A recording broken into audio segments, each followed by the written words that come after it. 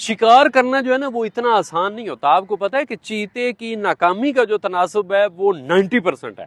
यानी अगर वो 100 हमले करता है तो 90% नाकाम हो जाते हैं, 10% कामयाब होते हैं। और जो जंगल का बादशाह है, जो शेर है, आपको पता है कि उसका नाकामी का जो तनासब है वो 80% है। यानी जब वो हमला करता है तो 80% उसके हमले नाकाम हो जाते हैं, सिर्फ 20% जो हमले हैं उनमें वो कामयाब होता है। तो अब जरा सोचिए कि अगर ये सारा कुछ इंसानों में होता, ये शेर और ये चीते इंसानों में रहते, तो बातें कर करके लोगों ने तो इनको मार देना था कि तुम रोज शिकार करते हो और हार के आ जाते हो मुंह उठा के, तो तुमने जिंदगी में क्या कामयाब होना है।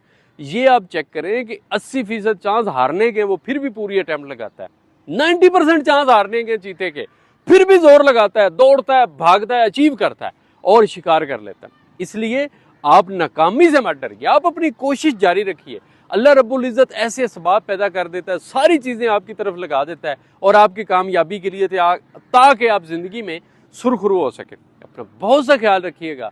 Thank you very much.